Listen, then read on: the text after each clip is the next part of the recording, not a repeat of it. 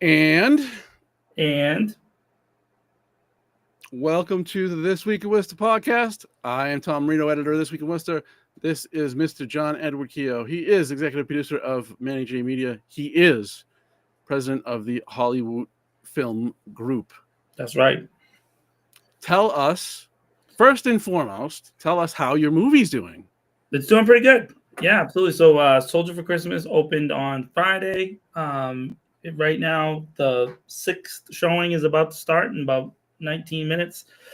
We had some cool things I learned about, how they put movies in the cinemas now, which is not, like it was back in the day when I worked in a movie theater, like, load the film and all that stuff. So it's not that. It was pretty cool. So it's very interesting to watch it. It's cool to watch it with people. You know what I mean? So I've been to a few of the screenings, and seeing people's reactions is cool.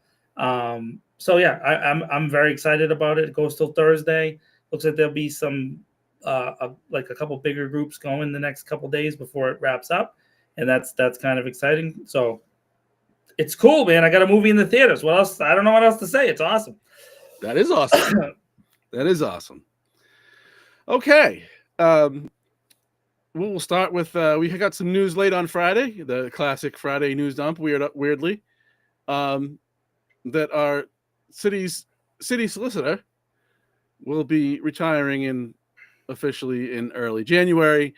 We've both had our differences with some of the things that of his interpretations. I don't know the man. I've actually never met him, but I think it was 37 years he's worked for the city. 37 years. And despite any differences, we should respect people's public service. So wish him nothing but the best. Yeah, I hope he goes on to do other things, whatever. The only thing is that, man. So that I have a couple sources in city hall who in the general Worcester area who have not treated us well, right? So like some of the folks that are watching, you might not realize that sometimes being a reporter and like being a journalist, you have a person who gives you information, right? And they'll give you like 7 things in a row that are right. But then on the 8th thing, it might not be right? So it might be like a little off information.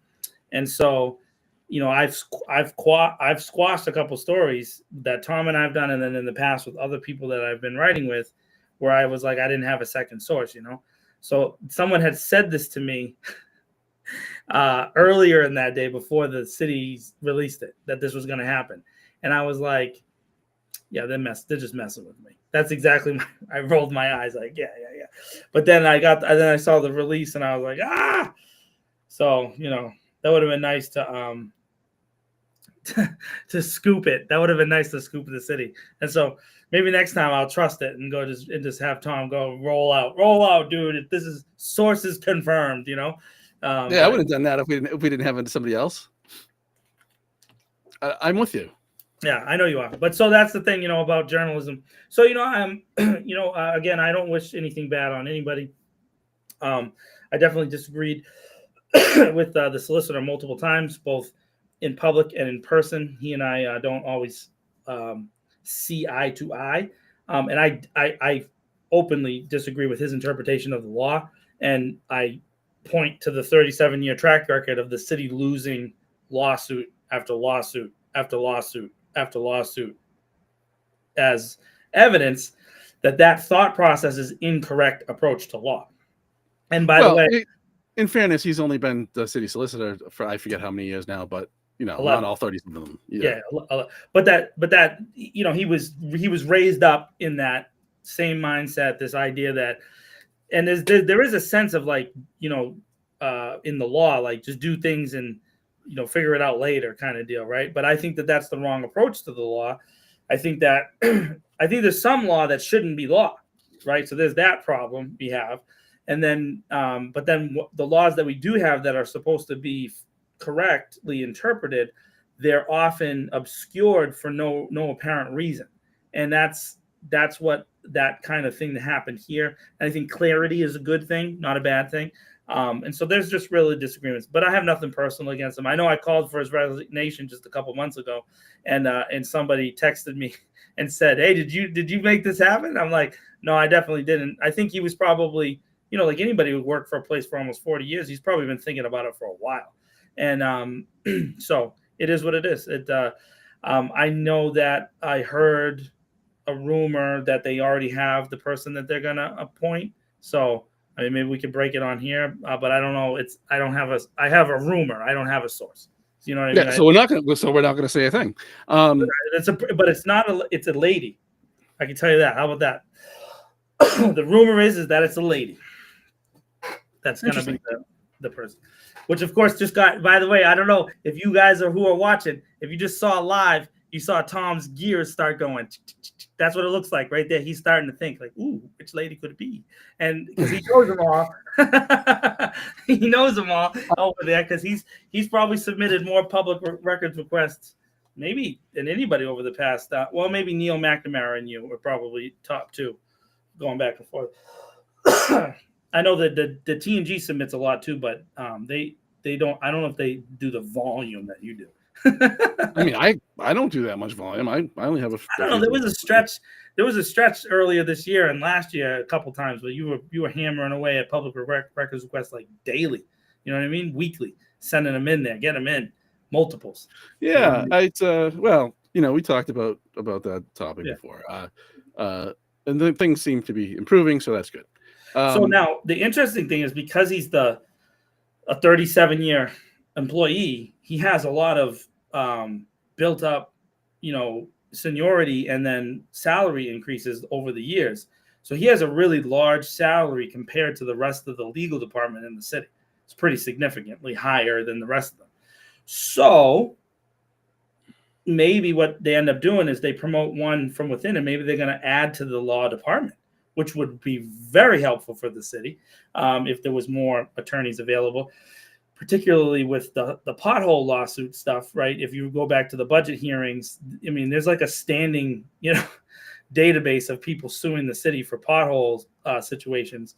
Now you can't sue over potholes if that's a claim situation. That's not. Yeah, there's certain claims that you can file and certain ones that you can't. Like, anyways, it's usually related to like how close it is to the sidewalk, if it's on the yellow line, like those kind of things. The city's responsible for, but regular potholes not necessarily. But anyways, the law department's always backed up, so it would be nice if maybe they expanded the department a little bit. I don't know. So yeah, I mean, they're last I looked, at least, they had a position open for a litigation attorney. I imagine it's not easy to find. It's not easy to hire an attorney, never mind a city solicitor. I mean, actually, in this case, it probably makes sense that they're, if they're promoting from within, because it'd be very difficult to find somebody. I mean, yeah, to attract someone to the city, you gotta. I mean, that job, going back into the city manager's contract conversation, to attract someone to come to Worcester to be that position where you're going to get hammered. And this guy, and let me give Attorney Traynor some credit here, not just, say I disagree with him. This dude's been hammered nonstop for a decade. Nonstop. Oh, yeah. So, like, in the public eye, this guy is just jammed, and it's coming from both ends too, right? Yep. The city councilors hammer him, the people hammer him. Liberals, conservatives, moderates, everybody has said bad things about this guy. So he never says it, like, even breathes a word, at least to the media side. He does get up in city council hearings and say some things, but he's a very personable guy and one-on-one. Like he generally doesn't hold things personally, as far as like, having a conversation with him in the hallway. So that's good. You know what I mean? Give him credit for that. And that's not an easy people should be. do. Yeah. He in that sense, he stands among few in City Hall that doesn't get. Yeah, everybody else takes everything personally. I'm sure he does take some of it personally because it's been nonstop for a decade, but he seems to not go to bed and go home and worry about it. He goes home and he comes in and he does his job, and he has his positions.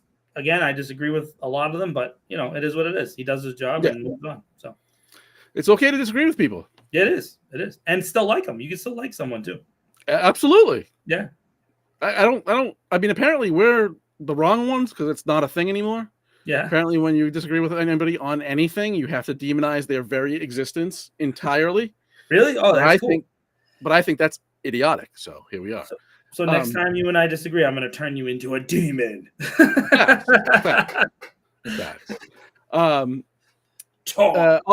Also, I didn't put it on our list. I meant to. We talked about it earlier, though. Also, this Tuesday, the City Council will go into an executive session to discuss the city manager's contract. I don't get the impression that anyone's going to put a stop to this idiotic, absolutely wholly irresponsible clause that provides him $10,000 more than any other city employee. Again, this goes. I mean, I've started to take a different tact, man. Dude, this dude out negotiated these people into the ground, right? And it is what it is. Good for him. Just basically, just outmaneuvering all of them. You know what I mean?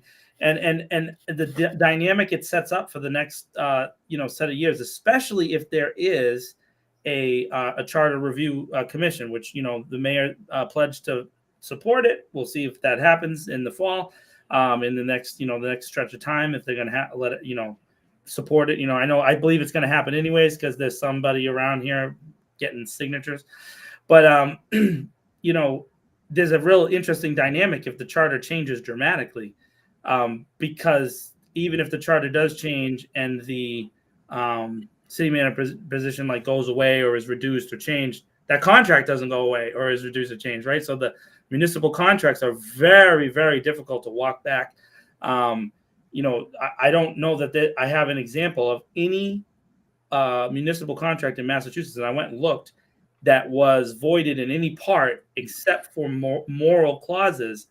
And even when there's been some state police officers, right, where their contracts have been partially voided, but they still won their pension back even though they went to prison, right? So I mean, again, good for him. He took care of his family for life, basically. It's $1 million. It works out to $1 million contract, and I can't hold it against them. But it's going to be interesting in that charter review process what that'll look like. The timing of it, how that works out. The conversation. What's his future? Does he envision himself as a politician too? Does he want to transition towards a more mayoral role? What's that going to look like if the charter does actually get changed, like many of us hope that it will be? Yeah, well, I mean, regardless, that process doesn't necessarily end up as an elected mayor either. So that process is going to play out. But yeah, I don't know what he needs a year severance for. I don't know what he needs. And again, I'm with you. He should ask for the world. Shoot for it. It's not his fault. It's not his fault if they give it to him. They didn't. It's funny because I went and watched the hearing. So I mean, it was not really a negotiation. At least the public parts of it. Realistically, the city councils are advocating for the contract. There's not. I don't know that there's any push and pull. It's mostly this is what I want, and they read the list of what he wanted and said, this is fine, and gave it to him. That's really what I see. There was no real conversation. There was no real opportunity for public engagement on the topic. I mean, other than you and me, and then some people that go to City Hall and mention it. I heard, again, I can tell you this. I can confirm this. I spoke to at least 3 people who said the language of that clause is going to be changed because it's not legal in Massachusetts to say that $10,000 more. Because they included the school department in it. That makes it, Sue Mailman brought it up, that would make the school committee able to negotiate the city manager's contract, right? So if the school, right, so that's a really good point on her part. I think that language, I understand that there's been some significant conversations there, according to a source in the room, and then a couple other people that saw some documents going back and forth, that at least they're going to change that clause. So when we see the actual final contract, it'll probably reflect some of the things that we've already talked about. Yeah, the mayor was on Hank Stone's show this week, and when asked about this, kind of just blew it off. Said, it's an unwritten rule, isn't it? Or something like that was his response. I mean, there's a reason why it's unwritten. That's the whole point. Don't write it down. Just give him the money. Yeah. Stupid. And again, let's all suppose for a second that we agreed that the city needed to bring in some specialist in some field. Who cares? Doesn't matter what. Let's just, let's go to. We all agree that they need this person, and this person costs, $500,000 a year. We're going to keep him for like 5 years. Just makes sense for him to be an employee, not a contractor. Let's just, for the heck of it here, say we all agree with that. You just gave the city manager a $200,000 raise because you had to bring this person. It's stupid. It's just stupid. Right. And the other thing is that let's look 3 years into the future, right? If the charter review is in full swing, it may not be completed by that point. And so if he gets an extension, right, you're pushing that potential, what you just said, off into the future, into other city councilors' hands and other versions of this of the city's administration.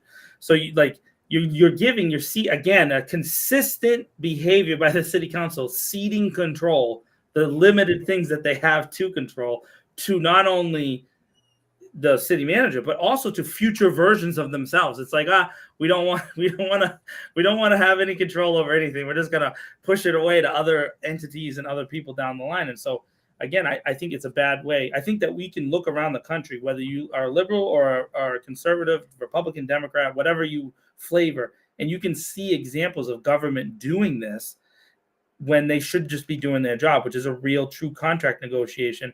And one great point, I think and I saw it a bunch of places. I know you said it last week or 2 weeks ago, and I said the same thing. What are the goals to make sure that contract is? No, we're going to avoid that. We're going to avoid that like the plague for the rest of our lives. Right. So is it so? No, there is a strategic vision, right? The 5-year plan. So is there like a number, like 80% of the strategic vision is achieved? Is that the number that? I don't know. So there's no, to me, it should be an incentive-based contract. I love incentives in sports and in other places. So if you do this, then you get this. That makes sense to me in a lot of ways. Well, just if there was any empirical way that you could judge his performance, but they just, Councilor King's been asking for a rubric to for them to do their evaluations with. So it's an actual evaluation and not some rubber stamp, thing where everybody just says he's wonderful. I can give them one category that they should ask for right away, and that is, how long does it take for him to deliver the reports that the city council has asked for? And and of course, why does he prioritize certain ones over others? Like that. I think I mean, maybe there's some of that. It's hard to judge that. I think it's pretty obvious that he answers the questions that he wants to answer. And so that's how, if I was a counselor, I'm not saying that Councilor King hasn't thought of this. I'm sure he has, but for me, that would be my own personal rubric to judge and evaluate. It's like, okay, I've asked you for 6 reports in the past 5 years and I've never received them. You're not doing your job. And by the way, so a lot of the sources that I know are the same sources that Tom knows, and a lot of the people watching, and I know a lot of the city councils watch this show now and say things to me, in side notes. The fact is that I don't hear you asking those questions. You know what I mean? I go to the hearings. I'm there. I watch. If I don't go physically to the hearing, I watch every recorded hearing, recording city council meeting, and all the school committee meetings, and I try to watch most of the subcommittee meetings. I don't see every one of them. And on top of that, I watch a lot of the boards and commissions on top, so which is a lot of work to follow everything. I try to at least dip my toes into almost all that stuff. And I only hear Councilor King asking those questions on a regular basis.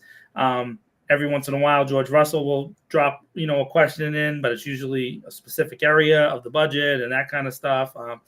Obviously, Councilor Hajiaj and Tu have both brought up some specific stuff, but again, that's not that there's 11 city councilors. I just don't see him being questioned often.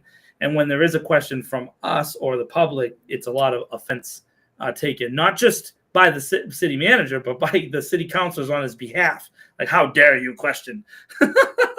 Yeah, and this is why the thing is, we really went down my pet peeve rabbit hole here, and that's why the thing is so that's part of the reason why the thing is so broken.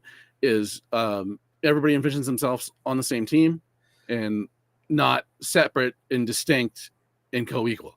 Yeah, I'm with that. And not only that, though, even among the city councils, there's a group of city councils who imagine themselves as a team and have set themselves up in their minds against the other city councilors, even though they're district representatives. They're supposed to represent a district, not these other things. And some of the at-large councils are supposed to represent the city, not the group of whoever happens to be in charge at the time. I mean, I think that's kind of normal majority minority stuff. Yeah, but it doesn't. Again, I agree. It is. It's how everybody does it. But what I'm saying is, that's not how it should be. You should be you run on a certain platform or you run on a certain thing that you say you're going to do, but then when you get there, you just vote with a block. Well, that's not doing what you say you're going to do. At least ask questions in the allotted time that you have to ask questions. I mean, again, I don't want to hammer everybody, but we have school committee members who just don't talk ever, ever. It's like, so what are you doing? What are you doing? And then when I say, well, why are you even there? They get mad at me. Like, well, I'm there to do what? You're there to do what? You're supposed to talk. You're not talking. You know what I mean? For weeks and months on end. No, not a peep. Not other than to yay and nay. And it's like, no, you're supposed to debate and talk. Advise and consent, whatever you're supposed to do. Well, but at the same time, one member of the school committee talks nonstop, and all they do is talk about how things used to be. So yeah. Although it was actually that. I mean, I don't want to go down that. Maybe I should tell you this offline. But there's a brewing parental discontent. I can tell you that right now. Yeah. Well, just so people know, actually, because it looks like that person might be watching right now. There is a potential parental petition to ask whether or not parents could sue a school committee member who accused children anonymously of crime from their position as a school committee member without evidence of the crimes being committed. And that is a very interesting tactic that was brought up to me, and I think that might actually have some merit.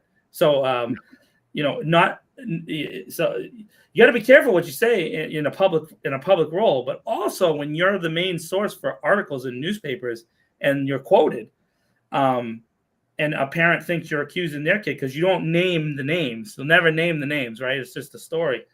Maybe that parent feels like they can sue because you're blanket accusing their child of something that they didn't do.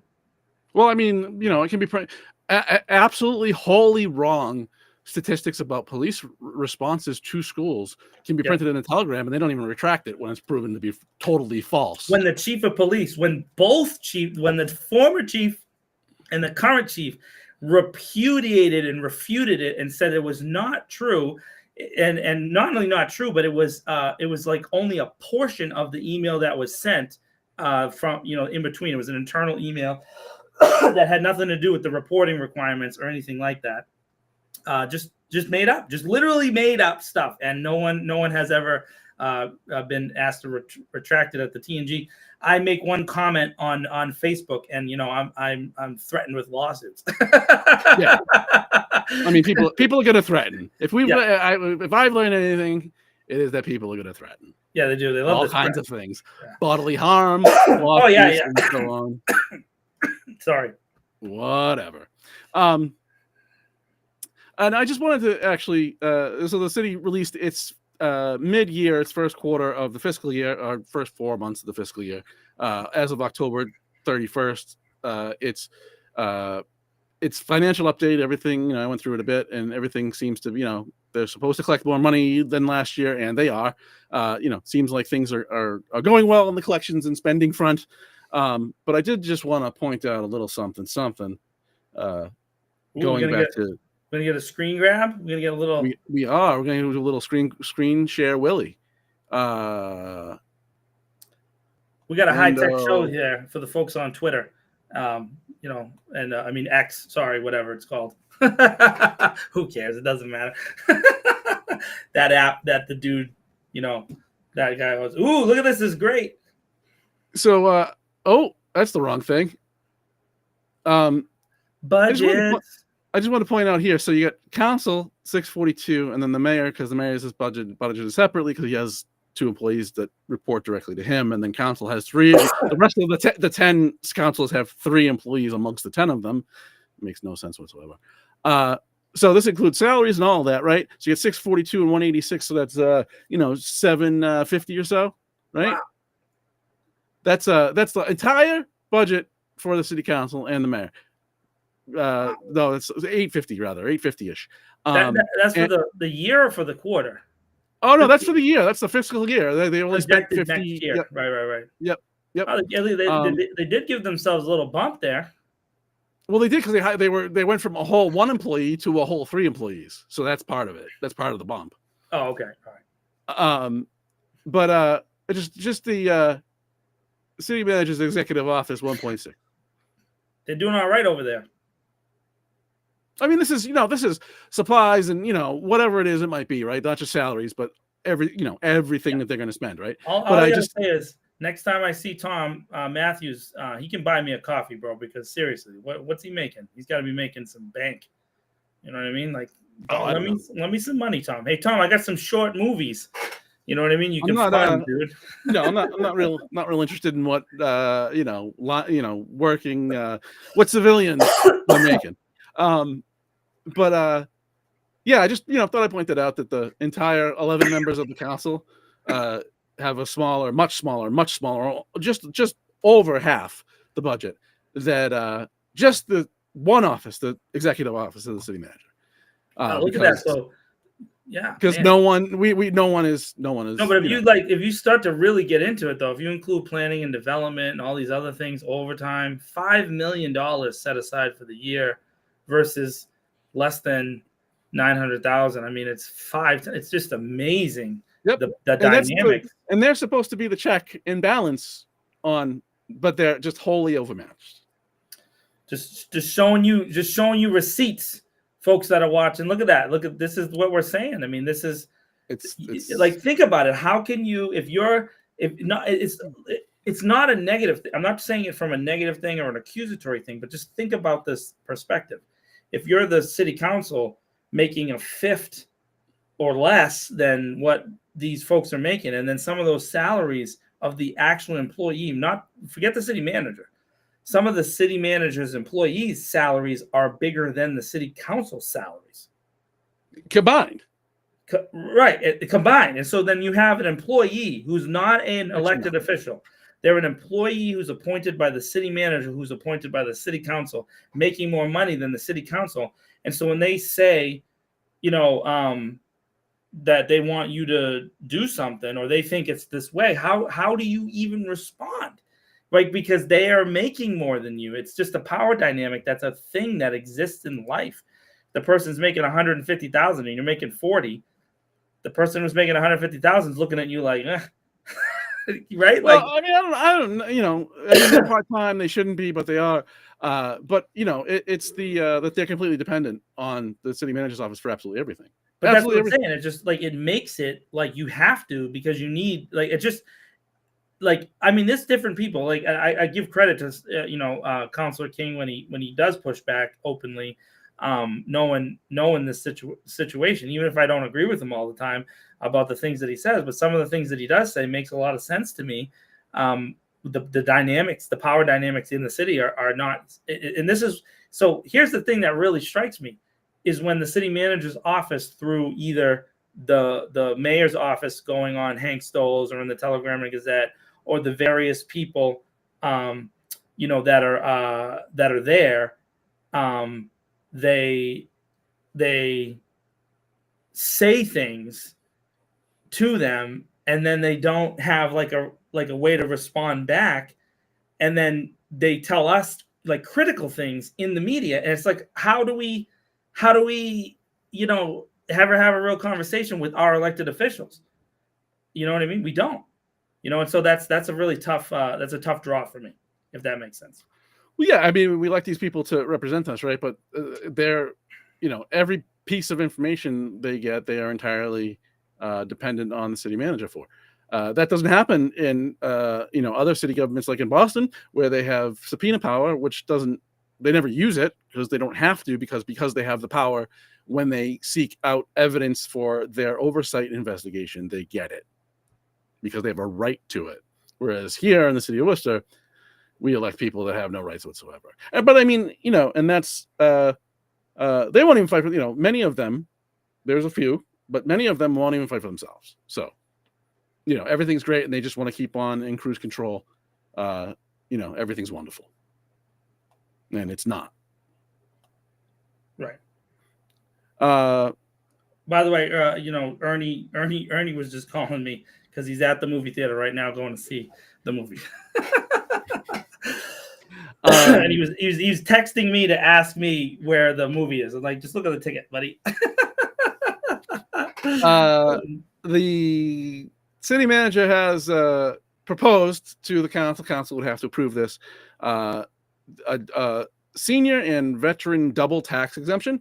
So apparently, of course, I'm neither of those things. So this is I don't know a lot about it, but currently there's a $700 exemption that they're asking to, I think, continue. I think that already exists, and then they're also seeking, the city manager's office is seeking to double that. So people, seniors and veterans can get a $1,400 discount. There wasn't a ton of people that would be eligible. They put it in the report, which of course I didn't. Oh, I did. Adoption of this order will allow approximately 278 eligible applicants to participate in the elderly exemption program by doubling the property tax abatement program. So I just wanted to mention it. Especially with a number that small, do it. Yeah, but so this is actually I think is a great proposal. In the municipalities in the country where this kind of thing exists, it creates generational wealth, because what ends up happening is less of a tax pressure on the elderly or older folks who happen to own property or homes, and it makes it easier sometimes in the transfer process of giving a home to your leaving it to someone in a will or whatever like that, because there are taxes you have to pay when someone passes away, right? The estate tax. Most people don't really have a lot of preparation for that, especially when they maybe their parents were just the first one ever to own a home or to own a triple decker or something like that. Not always is that bill anticipated, but in this case, if there's an exemption period for however long, whether they're 75 or however old they're going to be when they're given this exemption, that adds up over time. So if the person lives 10, 15, 20 years past the exemption time, that savings could help deliver downward economic growth, which of course allows for upward economic mobility. It's something we've talked about a lot on our show and in a lot of many other shows. It's really not that hard of a concept. I know people get like, what are you talking about? It's like, okay, if the parent's house, when it's given to you, has less bills attached to it, guess what? It's easier for you to continue to own it.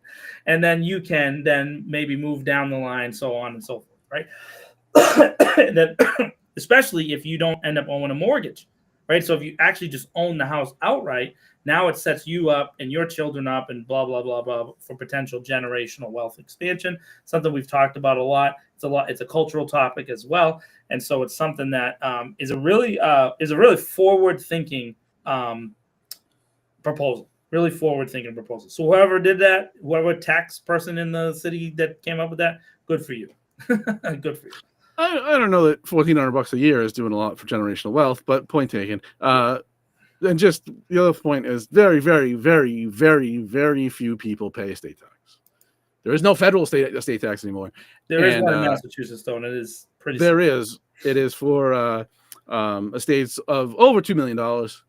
That was doubled when our dear governor decided that the people that elected her were too stupid to vote on a tax proposal on the ballot. And so after voters voted to increase taxes on people making more than $1 million, she decided to then reduce other taxes on those same people, because the people that elected her are apparently too stupid to answer the question the right way. So I think in the end, though, that tax, I agree with you 100%. She gave a tax break to people, but because of the increase in housing prices and what property is worth, it's going to end up bringing some middle class folks into that thing. Because, by the way, that tax that was passed by the people, it was written kind of in a very narrow way. And so I actually thought it was a very well developed idea. It's like, okay, we're talking about people who it's not someone who owns a building and that's it. That's their only asset. And then that makes them a millionaire. It's talking about people who generate this huge amount of money through property and through salary and all this other stuff. Those are the people that they kind of want to go after because you don't actually pay the same level of taxes at the higher rates that you do at the lower rates, right? For example, one of the easiest ones is Social Security doesn't increase after $400,000, right? It's capped. That's the max out number that you can pay. So if you make $1 million a year, you don't pay as much into the Social Security system as someone who makes $400,000 a year. Now, someone who makes $400,000 a year is not really struggling, right? But if you really look at those numbers, at $100,000, your Social Security level, you're paying more than someone who makes $1 million if you average it out over the course of the salary, right? So that's where people have complained. This particular tax, I thought was well written, and I agree with you that basically she cut the legs out from under it by creating that gap. And by the way, now there's some people in the middle there that don't have to pay anything. The Social Security tax cap is much lower than 400K. It's actually 176. How much is it? 176. That's even worse. So that makes my point even better. Great. Awesome. So that means that's crazy, Tom, when you think about it. So if you do make $1 million in salary, if you average it out, that means that you're only paying about 20% of what someone who's making 150 grand is making. That's insane. So it's an 80% tax reduction, right? Well, and the richer that the people are, the more likely it is that they actually don't work for a living. They live off of capital gains, right? And capital gains are taxed at a much lower level as well. And by the way, I know I've had a lot of arguments with some folks, both moderate Democrats and moderate Republicans, who are both in the same basic party anyway, so it doesn't matter, who have said, yeah, but a lot of those people opt out from Social Security. That's not true. So like if you go to the Bureau, the Statistical Bureau, it is exceedingly rare for someone to opt out of Social Security. Exceedingly rare. In fact, in Florida, I know, and this is only because obviously it's easy to pick on him. The only person over 75 that's opted out of Social Security in the last 10 years is Donald Trump. But he did it for effect, so he could say, "Look, I opted out of this. Hey, look at me. Hey, he did. Show me. Look what I did. Same thing with the presidential salary thing. Which, by the way, I appreciate that he's not taking the 400 grand. But if you don't take the 400 grand and then you make a public announcement that you're handing the $400,000 check to this particular charity of yours, that's you're again not connecting with regular people. It's great that you can hand $400,000 away. That's awesome. But you used it for public good. You want a gain. You wanted people to notice that you did it. I think the best people who do charity in our city and in the state are the folks that do it without asking for notoriety. Those are the best people that do it. So. It also increase the debt $8 trillion, but who's counting? Yeah, no big deal.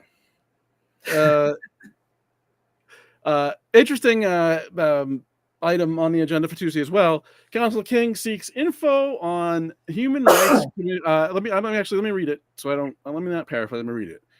Councilor King seeks the administration to provide City Council a draft ordinance. Read the wrong thing.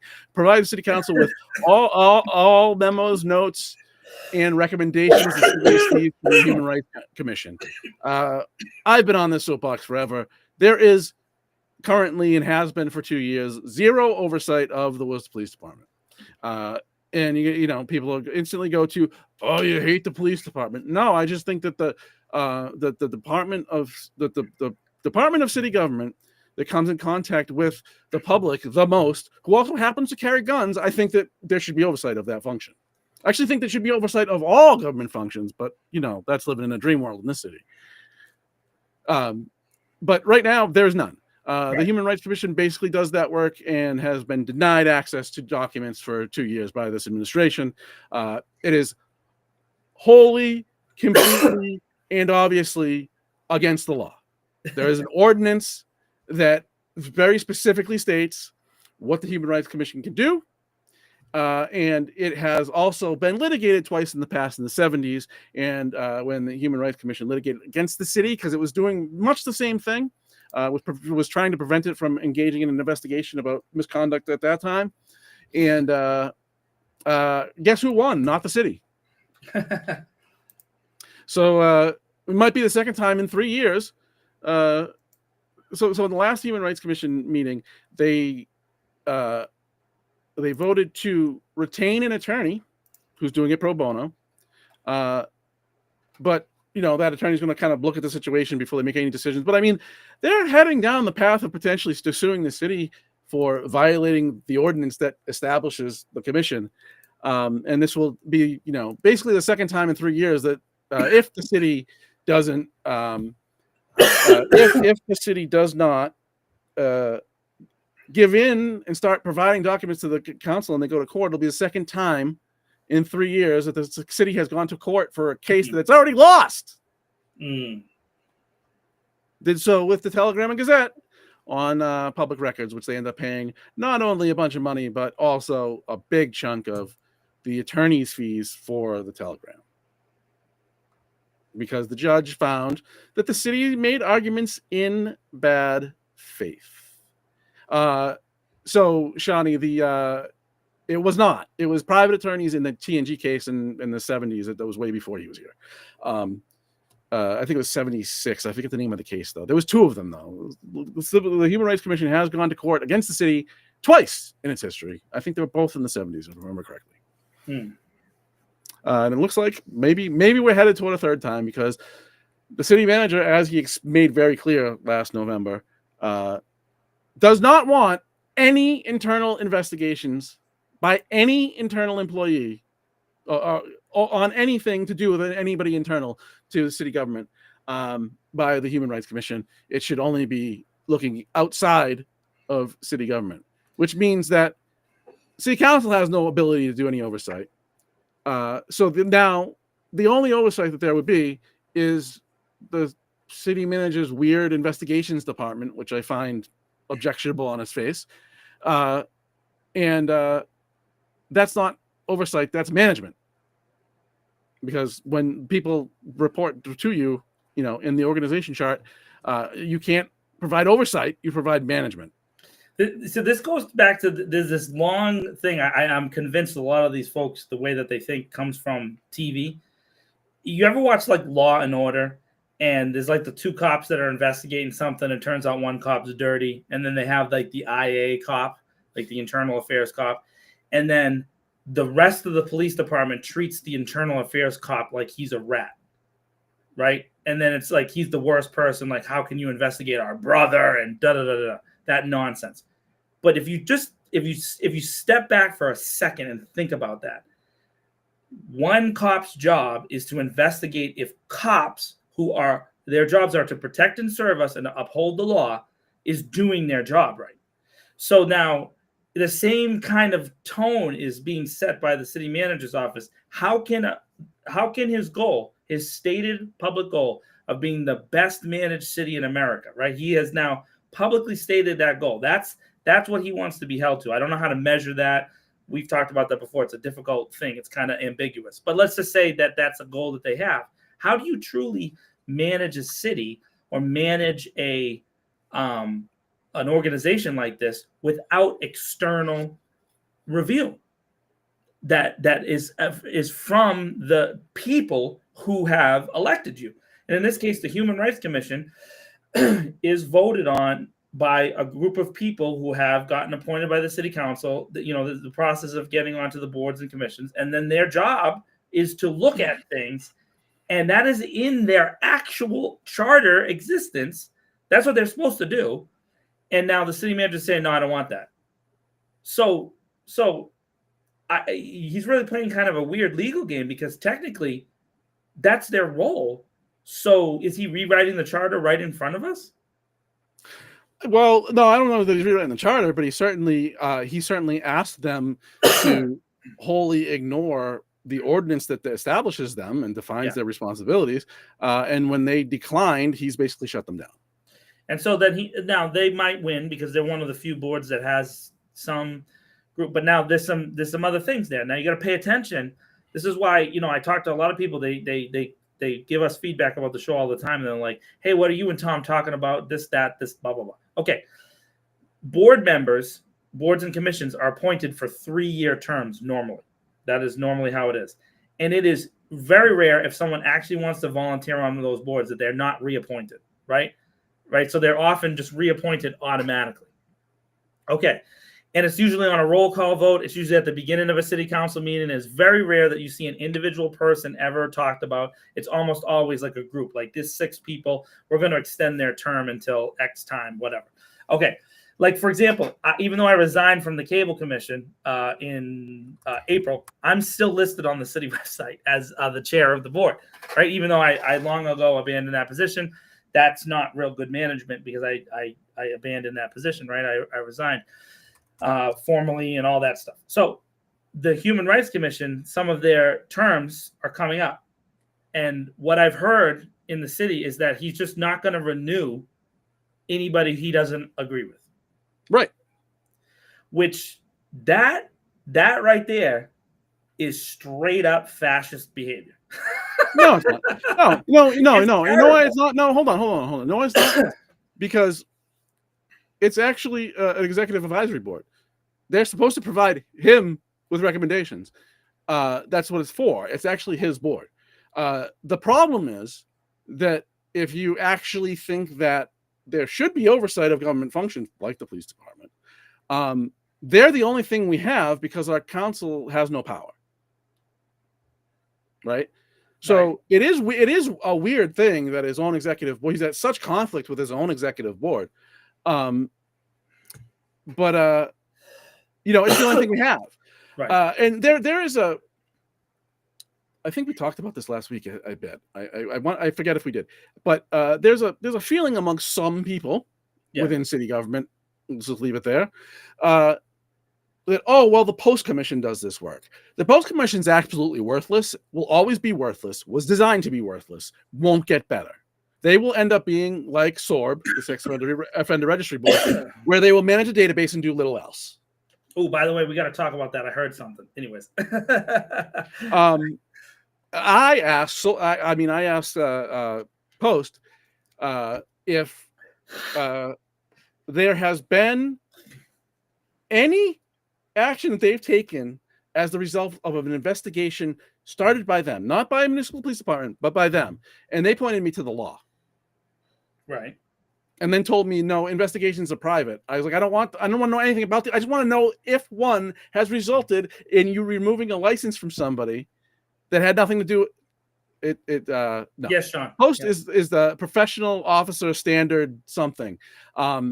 It is the police reform that was done a couple of years ago. This is the board that established it licenses and can remove the license of police officers in the state. But it has, as far as I can tell, and they won't answer the question if anything else is different. As far as I can tell, it's basically an echo chamber for internal affairs departments. There's nothing that you've said that is not true. Right.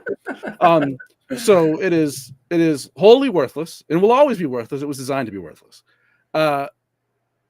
And if so, relying on them is just all that is the short path to we don't want police oversight. And if you don't want oversight of government, you're insane and get out of government. And again, when we've talked about this a bunch of times, but the current chief of police wants oversight, right? One of the things he said now publicly on at least 4 different occasions that I've seen. He said it on Manny's show. They said it on some article he did. A couple other. He said it a bunch of times. Is he wants the ability to fire bad cops. He used the term "bad cops." Yep. And he elaborated on it. He said he wanted, if a cop commits a crime, I want to be able to, take away their rights and go after their pensions. And he said that, which is a very, very, very progressive position for the chief of police of Worcester to be in, but also very true. Like, to me, again, this is about the higher standards argument. If you decide to put on the uniform and you're going to wear that uniform, you're going to walk around the city and you're going to, do all the stuff that cops do, and then you commit a crime, you need to be held to the highest standard. You should not be treated with, you should be as unfair as possible. The process should be, you should be going through it and being hammered at a much higher level than like a kid who does something stupid, right? Like, and not to say that I don't want crimes to be adjudicated. I think that it is important that we have the rule of law. However, the police officer, you undermine the rule of law by being unaccounted for or having no accountability 10 times worse than some kid who made a mistake, right? Like it's not even remotely close, right? We've seen that now at the national level when you have national important positions violating the law openly. What is it? Go on Facebook, go on X, go on Blue Sky. That's the new one, right? Go on Instagram. What do you see? People's responding now like, well, if he can do it, I can do it. That and now you're losing society, any chance we have of keeping society together. And if you want a real life example, look at Syria. That's not a good example. No, I'm just saying though, it is a complete disaster over there. There is no humanity. There's no functional society at all.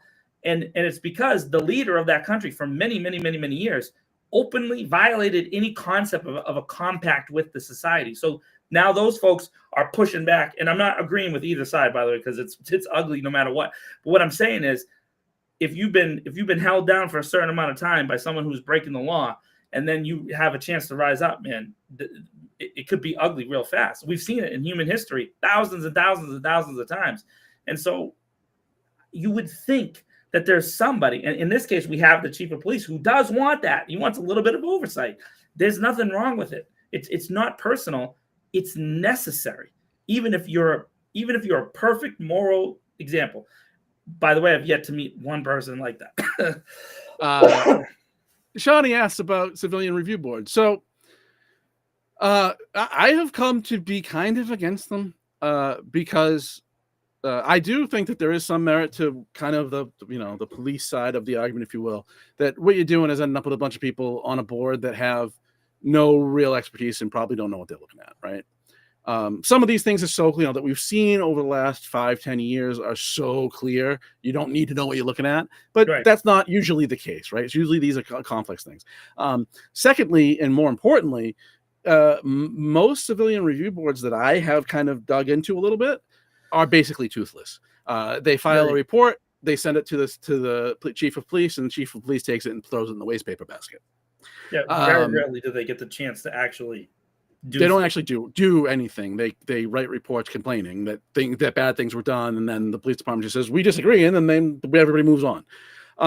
So they're usually pretty toothless. This will never happen, especially here. But I think it has happened in a few places. I'm not remembering where, but I mean, Baltimore. After the big thing that led to the TV series The Wire, their civilian review board has had some real successful things take place. There was also an example of what you're saying. There was someone who got popularly placed on that board who really had no expertise in at all and was kind of going for like agendas and that kind of stuff. But that's going to always happen, in an area where we have the government and the kind of professional expert class kind of always antagonistic against the regular people. Like, you're too stupid to understand this, so no, you can't have any oversight. Well, that's not true. If there's an education and there's an actual compact made with you and me and the between the people and the government and the society. All right, we're here to make sure things move forward and people are safe and people are doing things the right way. But that has to be a constant, ongoing commitment. Once you start to have people that are, what's the word, the big word of the last 2 years, stakeholders. Everybody loves saying that word. Once you have stakeholders who are not committed to that compact anymore, you have the unraveling of society. And things let's not talk about the unraveling of society. It's bad enough. We're in a weird place. But just to finish thought there, Sean, I mean, what will never happen, especially here, is I am become a big fan of something that looks like an inspector general. I do not think that police departments should have internal affairs departments. I think that those investigations, when there's credible allegations of wrongdoing, should be handled outside the department. who that person works for and how that's all organized is a whole different conversation. But and that person shouldn't only be focused on the police department. I think that department, the Inspector General's department, should have the right to look at whatever the heck they want and have access to every document the city has. And be there, not just looking, and that doesn't mean only like corruption or wrongdoing. That also, policy failures and whatnot. A lot can come out of that. The Chicago, of all places, has an inspector general that seems to be very influential. At least I don't know how much implicit power they have, but when they write reports on stuff, people seem to listen out there. Yeah. I mean, again, I like IG ideas. I think if there's going to be a civilian review board, it should just come with parameters to judge those folks getting onto that board. I think you just engage with the public, engage with what that would look like. So that's the problem is how do they get there?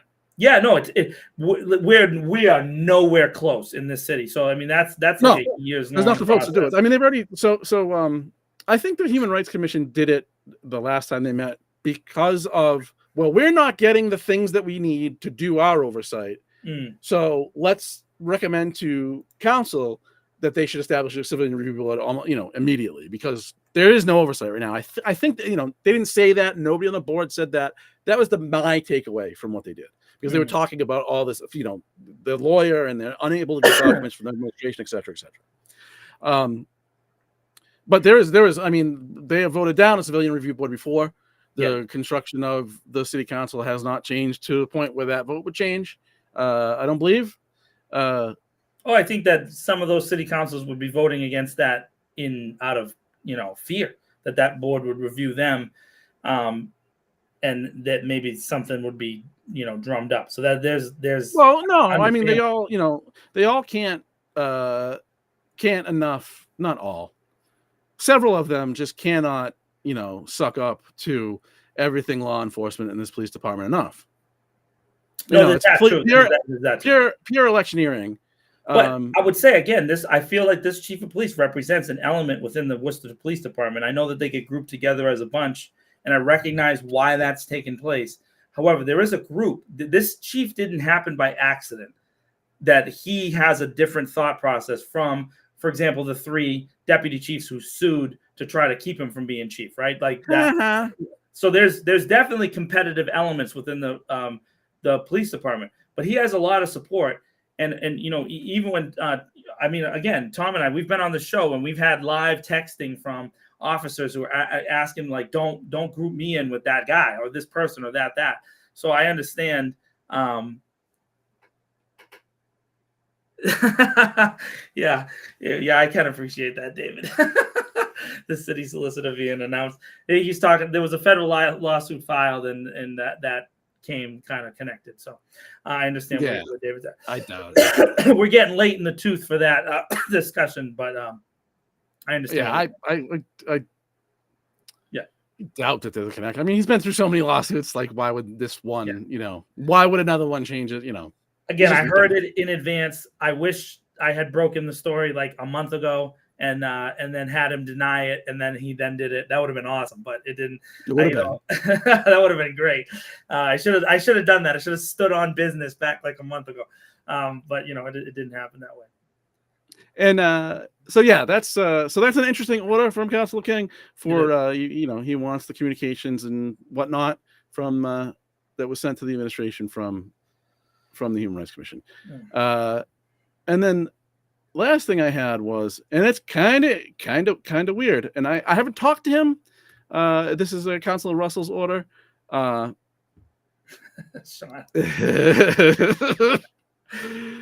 Silly kids in the chat. I say that because I'm not reading that one. It's a great one though. It's good. It's good stuff.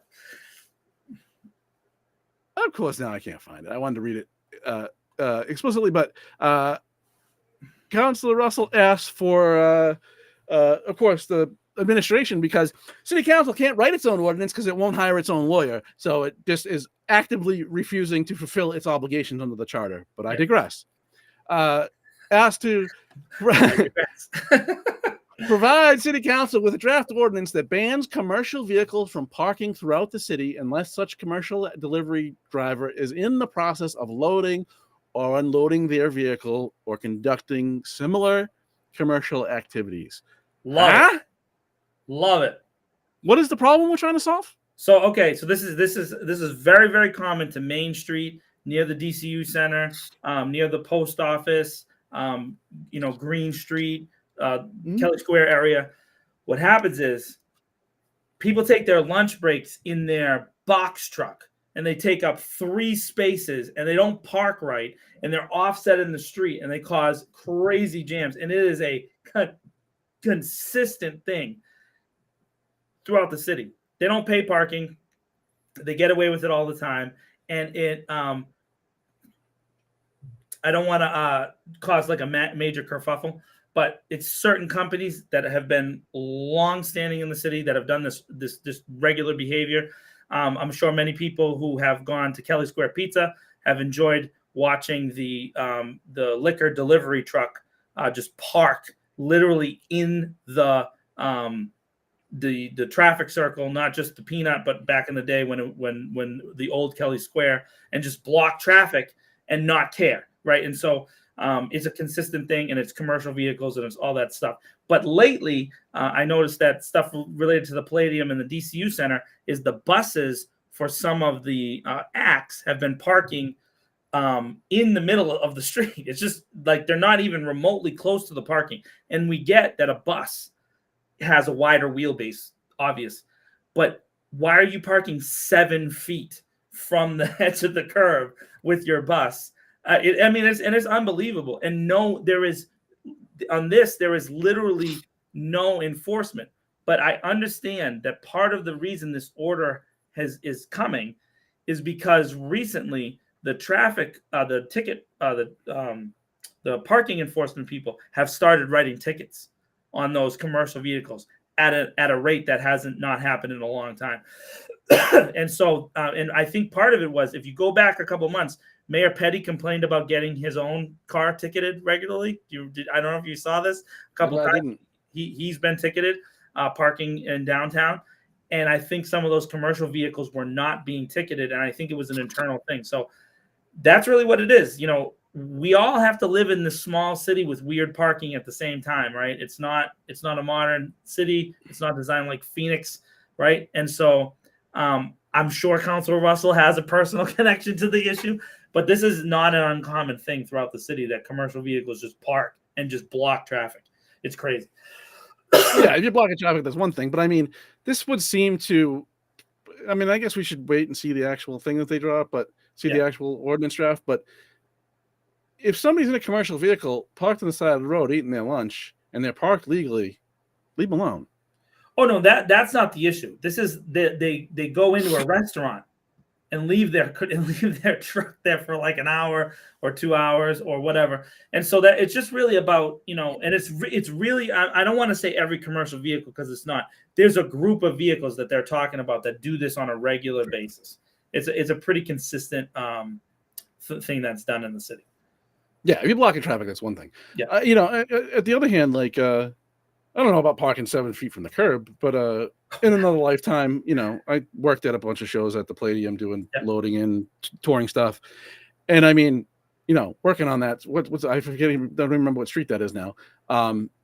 That's, on the side there where the loading door is. There. I mean, it is absolutely hell to load anything in there. No, there's obviously first of all, the street's like this, so I can't imagine pulling stuff out. And then the ramp is like this. The ramp inside the door is like this. It's nuts. Like in Kelly Square, if you got to deliver there, what are you going to do? There's nowhere to go. Yeah, again, so although I do, I know a lot of people have complained about it, but I do like the Peanut. I think the Peanut has actually definitely slowed down how people drive in Kelly Square, but they still made a critical error with how they load big trucks off onto the Kelly Square ramp. They take up 2 lanes when they make that turn. It's just not possible for them to make a single lane turn if you're a tractor trailer. So again, city planning, I don't want to be hammering a city planner like who designed it. I'm not trying to go after that person. What I'm saying though is there really needs to be a team of people involved in that. Like, hey, What would happen if a tractor trailer tried to take a right here? You know what I mean? Like that kind of stuff. Or what happens if there's a delivery to this business, right? So, and again, I think Kelly Square, by the way, I'm pro Kelly Square Pizza. I think that their food is great, but I almost never go there because of where they are. Yeah. I mean, and I know they deliver and stuff, but I'm just saying to go in there if you want it. It's kind of a cool place. It's a really nice building, old building, cool style.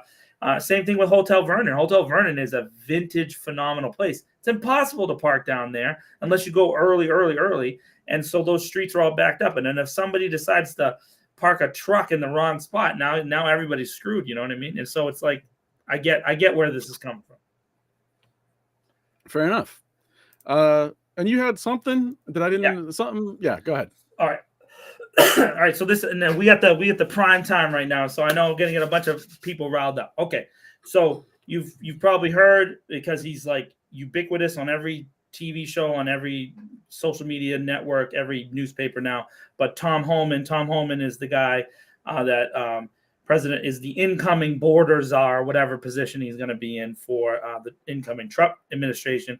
And he's been going on this cable TV war with various mayors, Mayor Wu in Boston, by the way, and others who are basically, he's challenging them and they've challenged him about him arresting mayors and city councils who are going to protect people in their cities, right? And so, I really find this conversation fascinating because of what happens in our city here. We have this local group of people who are like super anti-migrant people, right? So someone who comes from another country and moves here to work, they're super against them. And there's a couple of things that really strike me about this guy. And he keeps talking about people speaking English and, you shouldn't be like, he's another one of those guys. Like, we can only speak English in this country. Everybody has to learn English. So what I want to do though, is I want to take a completely different tack to talk about that subject. 2 points, and I'll try to be quick because I know we're at the end. Point number one, if you're against someone speaking in another language, you are not for free speech. Does that make sense? If someone wants to speak, but they happen to speak in a different language, isn't our right of free speech to speak in a different language? Or does free speech only attach itself to English? And if it does, can you show me why? Like, what's the premise for that, right? Because if you go back in American history, the official language being English was decided by 3 votes over Pennsylvania Dutch or a German dialect. So it was going to be German or English, and it was literally 3 votes. 3 votes in the House of Representatives. What was going to be the official language? So what's the difference? There is no official language. Huh? The language. There is no official language. Well, the language that was used for the Articles of Confederation. That's the vote. The language, yes. Yeah. So the government does business in English. The business language, not the official language, but the business language. Yeah. Sorry for not. That's a good point in history. Very important point too. So, but the Esperanto. Oh my goodness, Sean like just throws things out there just to like throw me off. I swear. So that free speech thing is connected to it, because there seems to be an argument about the person, the other, right? We always have this argument about the other. It doesn't matter whether you're liberal or conservative. There's an other group and we other them. And in this case, there's a lot attached to language, right? And then we seem to think that there's people that have lived here for a long time. They have to speak, English, right? But what I want to say is that I know people, I go to church here in Worcester. I know people who are not naturalized citizens. They were born here in the United States, have lived here for over 20 years and don't speak English. So is that bad? Is that a bad thing? Because there seems to be some negative thing attached to that. And this guy is like representing it at a national level. And to me, that literally is stupid if you say you believe in free speech. So free speech advocate, but you can't speak Spanish. Doesn't make sense. Okay, that's part one. Part two, this thing is really essential to me, is this guy is threatening using the National Guard, using the Army of the United States, not the National Guard, the Federal Army of the United States, to arrest mayors and city councilors. And he's gotten into multiple public fights with these people. That literally is what the king that we revolted from in the American Revolution was doing. He was sending a standing army and arresting people here. So we've come full circle that you have a public figure advocating for using a federal standing army to invade our own country. Now, I think most of it is bluster. I think most of it is just theater for the TV. But the fact that we have a person with that much authority advocating for this behavior is ridiculous. And I don't care if you're the biggest MAGA Republican in the world. I don't care. If you think that that is constitutional, you're an idiot. Yep. You're just an idiot. And yeah, I will say that to you in person. We can go over this. But one thing in the Constitution is no standing army. And throughout the 4-year term of Joe Biden, I heard 1,000 of my friends talk about Joe Biden was using FEMA as like a secret standing army to like manipulate the population. Big conspiracy theories. Gotta love those. So how can you be against it then, but for it now? You hypocrite. You hypocrite. So if you're watching on the show, and I know I can see some of you that are, and you are advocating for this in any way, not only are you a racist, but you are a massive, massive hypocrite. And I will stand on that until the end of time. I get it. People coming over should follow the law. We should have a system that makes it easy for people to get in. There should be a system that makes sense. I get that. I get that it puts pressure on resources. I get that. All of those arguments are separate from the central argument that we want to arrest people with the Army of the United States, and we don't want people to speak another language. That's nonsense. And I have no problem standing out publicly and saying that, because I have been talking a lot lately about if you don't stand against something, you kind of stand for it, right? So I got to say that guy, he does not represent my values in any way, shape, or form. Tom Homan, I reject his rhetoric, his policy approach, and I say that everything he's saying is unconstitutional and illegal. Shawnee added it in the chat. Posse comitatus. You can't use the government, the military, and domestically, unless in cases of national emergency, which the incoming president says he's going to declare. He says things. We'll see what happens. I'm not. I'll worry about it. Don't worry about stuff until stuff happens. So said Winston Wolfe. Yeah. But you missed that. You missed it. I'm upset. What did I miss? Reference. My Winston Wolfe reference. It was amazing. I thought it was great. I was letting you have the floor. What do you mean I missed it? I was giving you full room, bro. What do you mean? So there's one. Two. It is not. Immigration is exclusively a federal issue. State and local governments have no role in immigration, including enforcement. That's it. And that whatever issue that you have that might be crime related in whatever city you might be from, in Worcester, whatever it is that we want the police to be doing, they should not be diverting their resources to enforce federal stuff. Yeah, against people that pose no threat to us. Yeah, in any immediate way, they should be dealing with immediate threats to the public. So what the federal government is asking for is for local tax revenue to be spent on federal issues, because all these people are insane and led by the incoming president. And by the way, they can't afford to do this. Again, this whole concept. Again, much of these ideas are theater of the mind. They were never intended to be real ideas. They were just out there to get people inflamed. If you truly were going to round up every person here whose papers are not accurate or whatever, they might have missed the deadline or whatnot, all those kind of things, right? Which is the vast majority of the people who they're talking about are not people who snuck over a border and under a fence and climbed through a ravine. The vast majority of the number that they talk about are people whose paperwork filing deadline got missed or extended or whatever. They came out on a green card and then they missed the deadline, and now they're still here and their paperwork is not up to date. By the way, it's not always their fault, because the system is backed up years years and years and years and years. So that group of people, they're not illegal. They are in paperwork. that's what they are. And so saying you're going to round up that group of people, which by the way, you keep hearing it's anywhere from 2 to 30 million, 2 million to 30 million people. There are not enough members of the army to one for one those 30 million people. You understand? You can't do it. It's not numerically possible. What's the total number of people in all the armed forces? By the way, most of them are stationed overseas.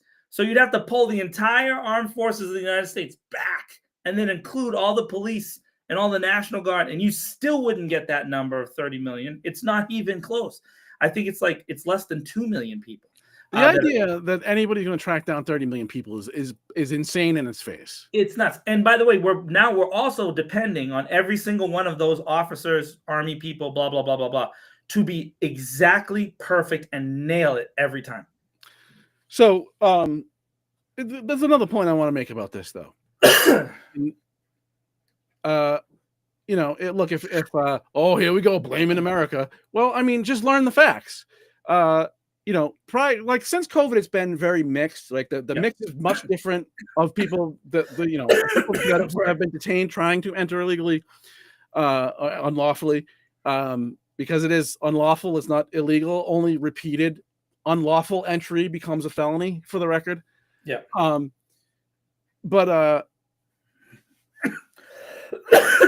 It's been a mix since COVID, since the tap got turned back on, right? Because there's a backlog and it's all jumbled up. And I think it's still kind of working its way through some of that backlog, right? When it turned off immigration, turned off the border for a couple of years, turned off movement for a couple of years. But before that, it was primarily what's called the Northern Triangle countries in South America was where the bulk of people are coming from. They're coming through Mexico, but they started from El Salvador, Guatemala, or Honduras. Yeah. Right. That was the biggest group of people coming over at just before COVID. Guatemala's civil war ended, I think, 28 years ago now. Its civil war was 42 years. And you know what set off that civil war? Operation, I forget. Good for me. But it was the Dulles brothers, who both had very close connections to the United Fruit Company. The United Fruit Company had a revenue double the size of the country by the 40s. It owned more roads and it had exclusive control of its port on the Atlantic. It ran the country. An American company ran the country. And then there was a revolution. Wow, shocking. And the government came to power, which then gave land back to its people, which had compensated the company double what it paid for the land, by the way, although it had been a long time, so it probably had matured longer than that, but that's what they decided to do. And 1 out of every 6 people got given land by the government. You know what that sounds like? The big S word. And so the Dulles brothers, who had close connections to the company, concocted a coup that led to a civil war that lasted for 42 years. That's how states fail. And that's why people flee failed states. So that's just one example. If you look into all 3 of those countries, the government of the United States has turned over the other 2 twice each, have just decided, no, we don't like who's in charge, even though they were elected. There's also, we've heard a lot from the dopey incoming president about people from Haiti. If you look at U.S. intervention in Haiti over a century, that's how you get failed states. People flee failed states. So, if you don't get to the root cause of how the states have where a lot of these people come from, are states in utter chaos. Most of them have been intervened with from external, usually, especially in the Western Hemisphere, by this country. So we made this bed in a lot of ways. Sorry you got to lay in it, but that's sort of the way it goes. By the way, 2 incredible books. If you ever want to really dive into this story, it's going to seem disconnected, but they are connected. One by Julia Keller. It's called Mr. Gatlin's Terrible Marvel. It's about the history of the Gatling gun and how it was used and deployed outside of the United States in a bunch of these situations. And then Banana Wars by Steve Striffler. 2 books that I've read. Read Banana Wars. It will blow your mind about this stuff. By the way, Avery Dulles got himself an airport named after him. That airport was built on flying in bananas. And to Shawnee's point, yeah, absolutely. The last time that the United States overturned and decided that the person in power wasn't going to be the person in power anymore was in Honduras in 2008 during the Obama administration when Hillary Clinton was Secretary of State. So, if you think this is some partisan whatever, not really. This is all Monroe Doctrine stuff if you know your foreign policy. Yeah, I mean, the Democrats have no short shrift in this. They've all been involved in the, imposing American stuff onto smaller. The nature of empire. Yeah, it is exactly. So it's no one gets away unscathed in this situation. Yeah. So, people come over the border unlawfully. People claim asylum, and some of those claims, or many of those claims, I don't know, are BS. But you know what? They all aren't. Some of these people are coming from failed states and places where they would be dead if they didn't leave. So they left. And if you're gonna leave, what are you gonna go? I mean, not that Mexico's the worst place in the world. It certainly isn't. But I mean, I could go to Mexico, or I could go, or I could look from Mexico into Texas or California and see the Home Depot sign and know if I can get there, I can get work and make 3 times as much as I'm making here, and I can send some home or whatever. You would do it too. Yeah. So these idiot, we gotta hunt all these people down because I can name a girl that I never met in Nebraska or something that got murdered by an illegal immigrant, and I'm just gonna exploit her death to make some point that just isn't true. So here's that's the thing that really blows my mind. Do you know how many unsolved murders we have in our country committed by Americans? But they don't care about those. But that's the thing. We're not talking by 5, by the way, guys.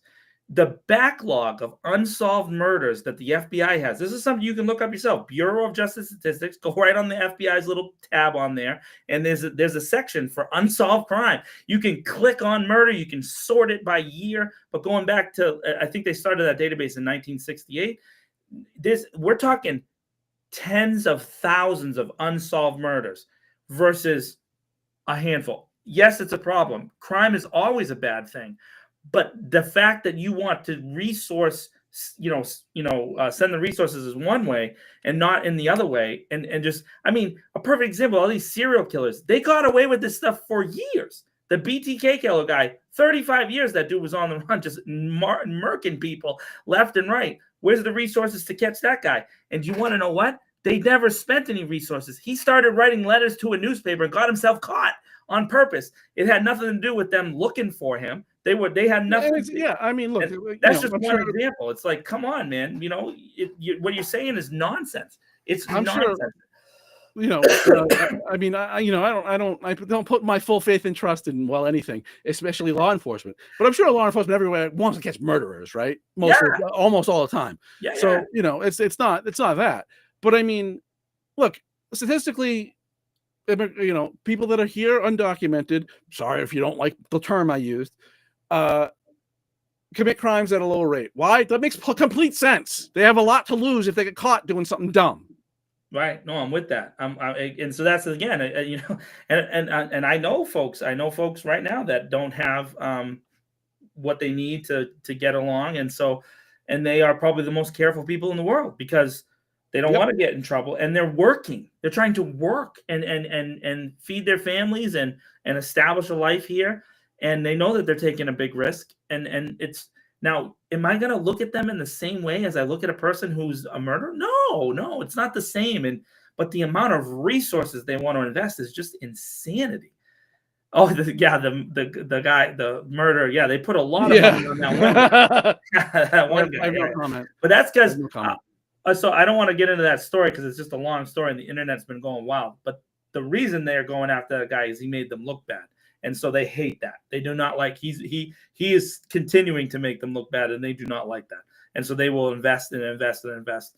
I know someone who is not the special agent in charge, but is working in that office, and they are pissed because they feel like they got caught unawares. You know what I mean? And there was like indications that this was going to happen, according to threats and stuff that were happening to this guy. Yep. He absolutely did not deserve to be murdered. That's for sure. No one deserves to be hurt. No. And I mean, look, he was CEO, but he didn't create the company, and he wasn't a CEO forever. That's one of the worst companies, the worst, evilest companies on planet Earth. And that something like this would happen is not acceptable. It is not acceptable. We should never encourage violence. However, it is not surprising. By the way, in the history of the Unfriendly 50, and if you know Reddit at all, there's a Reddit about the Unfriendly 50 companies. They rank the worst companies in the world every year. United has made it on that list every year in the existence of the Unfriendly 50. So we get it, but no one deserves to be hunted down and harmed in that way. No one. I don't advocate for violence like that. So they have a subsidiary, I'm going to forget its name, that they bought it because it processes claims, right? And then they were hacked, and they had to shut the whole thing down. So they weren't processing claims for a time. Yeah. And what they did was created another subsidiary that went out and bought practices because they were in financial devastation because they couldn't get claims paid. So through their own security incompetence, so now you have a United Health with subsidiaries. Some provide care. They have a technology company that processes claims, and then they have the health insurance company. It's unbelievable the way it works. It is monopolization at every level. And by the way, again, yet another anti-AI. They had an AI phone number that people would call, put in their claim number, and then the AI bot would process a rejection, and in many cases wrongly, and so that led to claims being denied. And of course, the process for getting the claim denial overturned, when it's done by a robot, you can't identify the person that processed the denial. It's going to make people really upset. Really upset. All right, we're at the end of the thing, man. We're a little. Yes. So what is the final question of the day? Okay, everybody. So everybody who's watching, I know you're really excited about this. It's the best part of the week. It's the time when I asked Tom. 90% error rate. That's a solid product there you're making there in the AI. I asked Tom about his favorite thing, related to this. Last week was Christmas movies, and we're gonna go one more week of Christmas, and then we're gonna give Tom a break. One more week of Christmas, we'll give Tom a break. My least favorite holiday is. No, exactly. I just want to, we got to give Tom a break after this. But this is a good one. This is a good one. All right, Tom, what is your favorite Christmas song?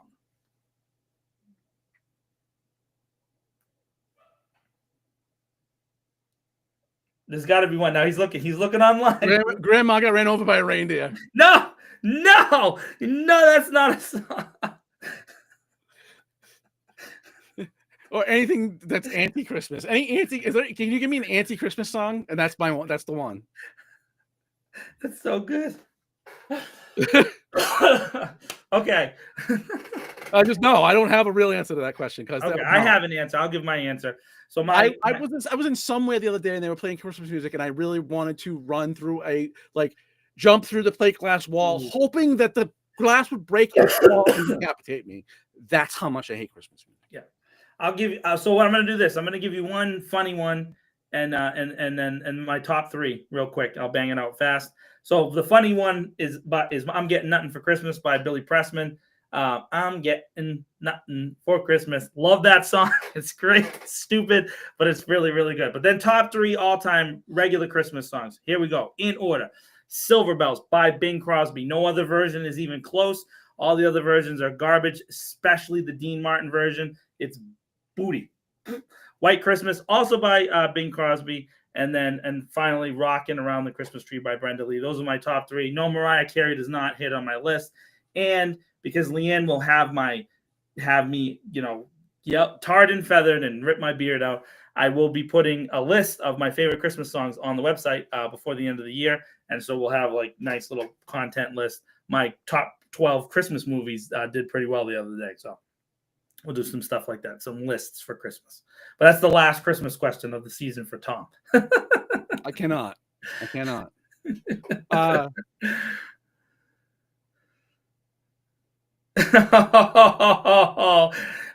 Leanne's throwing down the baton, man. You got to ask me questions. No, I mean, it's your gimmick. I like it. I dig it. Yeah. I don't have to think. I can just react. It's good. It's good. Lists are good. Bruins have won 4 in a row. Yeah, they still look like garbage, but they've won 4 in a row. So there's that. The Celtics lost 6 games in 9 nights, and they lost the other night. That's fine. Yeah, doesn't matter. Celtics are going to win the championship. Not even close. No one's even close. Yeah, thank God for sports. It gets my mind off of some of this other crap. I have nothing else. Do you have anything else, sir? Hey, if you haven't seen A Soldier for Christmas yet, please go see it at the Blackstone Valley 14 Cinema Deluxe. That's our first out-of-state distribution. Leanne and I worked really, really hard with this movie, and so it'd be great for you to go out and check it out. It's a nice movie. It's got a simple message, and I hope you like it and go check it out. There's plenty of tickets left for showings tomorrow, Tuesday, Wednesday, and Thursday. So go check it out if you get a chance. Thanks. And we will be doing the regular news thing this week.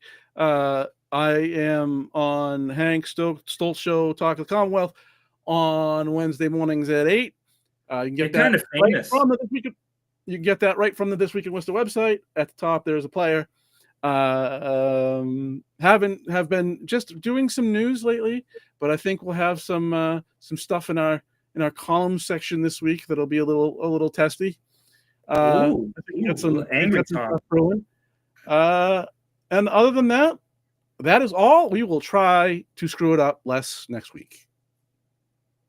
Everybody have a good week. Thank you for your participation in the chat. I'm saluting everybody. I don't know. I'm doing all the things. Isn't this the British one like this? As the kids say,